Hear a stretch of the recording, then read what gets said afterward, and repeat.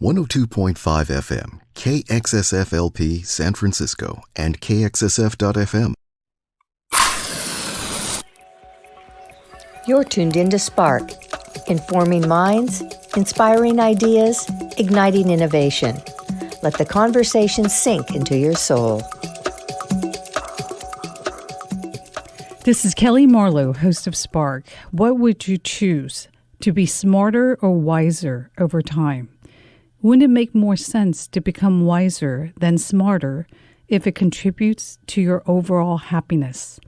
Today, I'm talking with Dr. Dilip Jeste, a leading neuroscientist on wisdom, who will share the neurobiology and psychology of what makes us wise and how we can nurture our wisdom. Thank you for joining me on Spark today, Dr. Jeste. You're welcome. Thank you for having me. How do you define wisdom? Wisdom is a personality trait. That means it describes a person's characteristic pattern of behavior, thinking, feeling, acting. Wisdom has several specific components. These include empathy and compassion, emotional regulation, self-reflection, accepting diversity of perspectives, decisiveness, and spirituality. Let me say a few words about each of these to clarify. So the first, and probably the most important one, is empathy and compassion. It refers to things that we do for other people rather than selfishly for ourselves. Empathy means understanding and sharing somebody's emotions or thoughts. Compassion means acting on it and helping somebody else. Emotional regulation means control over our emotions. Think about a teenager. His emotions fluctuate from hour to hour and minute to minute. And think about an older, wiser adult who is calm, has control over the emotions. The third one is self-reflection. It is the ability to look inwards, try to understand our own behavior. When something goes wrong, the natural tendency is to blame somebody else or something else. Instead of that, we should think about, did I make some mistake? Did I go wrong in some way that I can improve next time? That is self-reflection. Next comes something that is sadly lacking these days, which is accepting different perspectives. So I may have certain values, but I can understand why somebody else may have different value systems. We don't have to agree with each other, but we can respect the fact that different people can have different value systems. The next one is decisiveness. While we accept uncertainty and diversity of perspectives, we have to be decisive when needed. We cannot be sitting on the fence all the time. And lastly, and this is somewhat controversial component of wisdom, is spirituality, which is different from religiosity. Religiosity means belief in a specific religious system with a scripture, temples, mosques, whatever, and practices. Spirituality means connectedness with something or someone that we can't see or hear or sense. And we can call that consciousness, soul, spirit, or God. So those are the components of wisdom. Do you have to have all components to be wise or to have wisdom? Only higher in certain ones and perhaps lower in others? We all have our strengths and limitations, and I don't think there are too many people who are very strong in each of them. So, no, we don't need to have all of them to the same extent. At the same time, we cannot have total lack or opposite of one of these. Spirituality is the only one where there is some controversy, so not everybody accepts that as a part of wisdom. But the other 5 components I mentioned, I think really we need to have it at least to some extent. We may not be strong in every one of them, but they should not be totally absent. It sounds like empathy and compassion are the most important components. There is no question about that. People often confuse wisdom and intelligence. Intelligent people have high IQ. They're very smart. However, they are not necessarily empathic and compassionate. Some of the mass murderers and terrorists, they are very intelligent, they are very smart, but they lack empathy and compassion.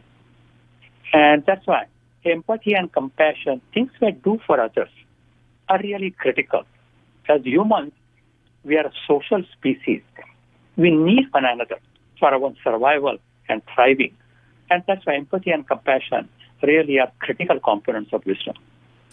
Is wisdom defined similarly across cultures? Yeah, usually people think about wisdom as a concept that varies from culture to culture, society to society. But that's not true at the basic level. The basic components of wisdom are similar across cultures. So when we started doing research on wisdom, about 15 years ago, we looked at two very different documents of definition of wisdom. One was an ancient scripture in India called Gita, and the other was a modern Western literature. That was to look at the definitions of wisdom that were common to the Western literature in the second part, and the first part, components of wisdom that were described in the Gita. We thought that these two would be very different because the Gita was written thousands of years ago in a very different part of the world. Whereas the modern Western literature is clearly Western and only since the 1970s. Surprisingly, we found that the definitions from these two sources were very similar. They both included empathy and compassion, self-reflection, emotional regulation, decisiveness, spirituality. There were some minor differences. For example, materialism is strongly denounced in the ancient scriptures, but it is not devalued in the modern Western literature. So there are some minor differences, but the similarities are really striking. And if you think about it, most religions, they all talk about the need for empathy, compassion, emotional regulation, self-reflection, and so on. So the basic constructs are similar. There may be minor superficial differences. Interesting. Your research indicates there's a biological base for wisdom, and it's tied to how we also emotionally regulate ourselves. Can you talk about this? So as I said, when we found that the basic construct of wisdom was similar in the ancient scriptures versus what it is today, that meant that construct has not changed over thousands of years and across thousands of miles. That probably means that it is biologically based.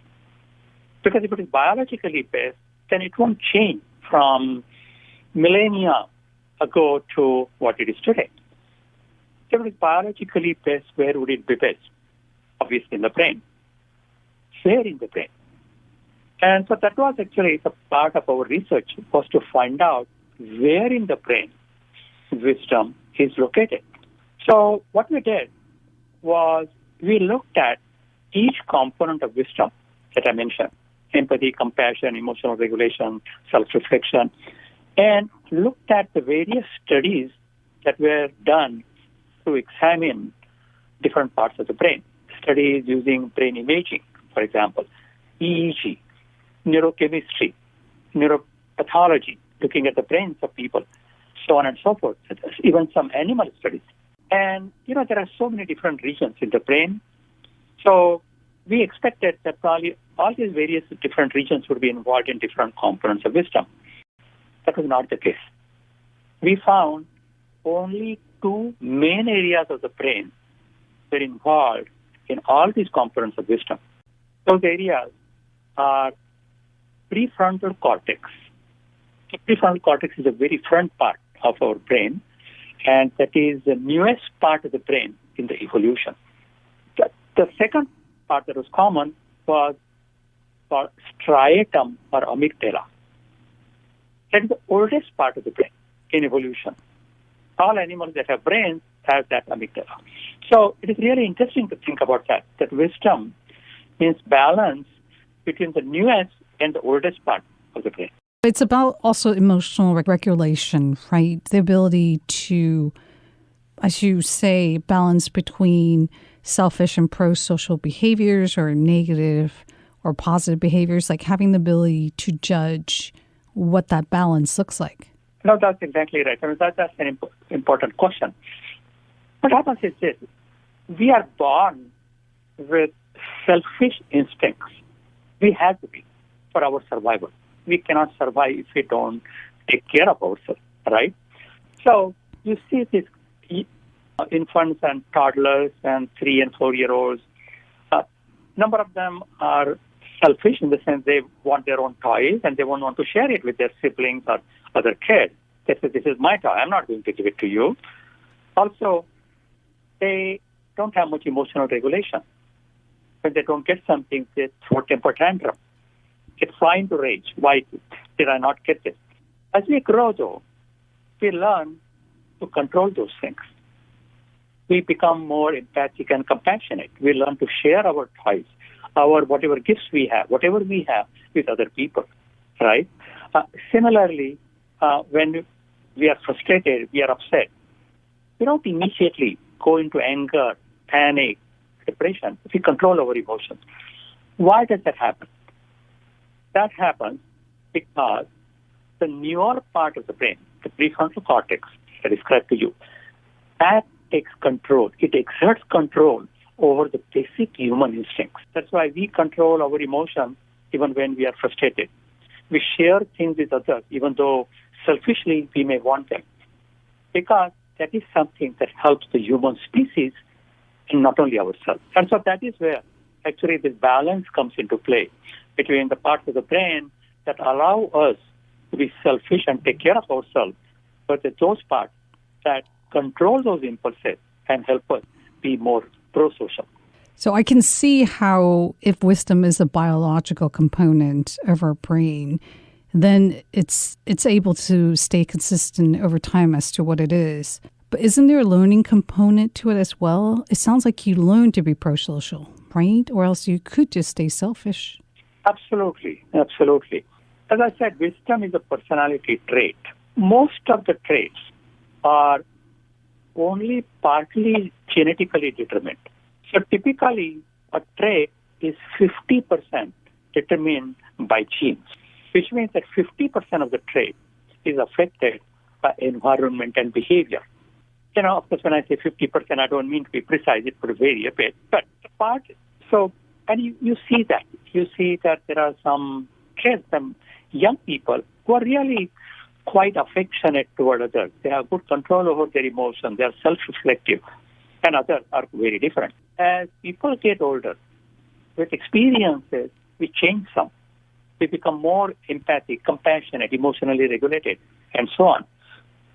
And that's actually the book that I wrote, Wiser. The purpose of the book is talking about how we can become wiser. Person at any age, and practically any person, whether with or without diseases, can become wiser if we practice the right things. I'm going to get to that as we unfold in the end, how we can nurture our wisdom. I do want to ask you, backing up to how if you have intellect without empathy or compassion, you are more motivated to commit crimes because you don't care what happens to other humans. But isn't the intellect tied to the brain? And then, therefore, is wisdom a function of both heart, the emotional aspect, and the brain, and the intellectual aspect? So would it be a combination of both emotional and intellectual then? Absolutely. So wisdom is not purely intelligence. And that's why I mentioned that wisdom is different from intelligence. Wisdom quotient is different from IQ. Because emotions are critical. The smartest people with the highest IQ, are not necessarily the wisest people. Wise people have emotional regulation. They are empathic, compassionate toward others. So they use their emotions not only to help themselves, but also to help other people. You're absolutely right. Wisdom is not merely intelligence. It is both intelligence and emotion. Now, in everyday language, we talk about emotions as being connected to heart. In reality, emotions are connected to the brain. It's not really hard. So both with the intelligence and emotions actually reside in our brain, in different parts of the brain. As I said, this prefrontal cortex and amygdala. Amygdala is mainly connected with emotions and prefrontal cortex with control over emotions as well as other things like empathy and compassion. I understand what you're saying now. You're saying since they both reside in the brain, you would describe it from a scientific standpoint. That's where it's all coming from. The question then becomes, wisdom tend to be associated with experience or age. Do you believe that's the case? Because we do see younger people who seem wise for their age, and then we do see older people who don't seem very wise for their age. Yes, you're absolutely right. I mean, there are young people who are wise and some old people who are very unwise. There's no question about that. However, by and large, as we get older, obviously we get exposed to different experiences, good experiences, bad experiences, and those experiences shape our behavior. But experiences shape behaviors in different ways in different people. We all know about natural disasters like earthquakes, tsunami, fires, COVID-19. When those things happen, many people become very stressed out, depressed, anxious. They develop what is called PTSD, post-traumatic stress disorder, which lasts for months and years. But not everybody develops PTSD. Some people develop exact opposite, what is called post-traumatic growth. So instead of being stressed out, they grow from it. They become wiser. They know how to prevent future disasters. So my point is the same experience, right? The same natural disaster produce PTSD in some people, but post-traumatic growth in others. What that means is it is not the experience itself that brings wisdom. It is how you deal with the experience that brings wisdom or lack of it. Yeah, I think that's a really good point. If we were to encapsulate based on your studies on wisdom, would you say it's a combination then of learning life lessons, genetic, personality trait, and state of mind as to how you problem solve? Exactly.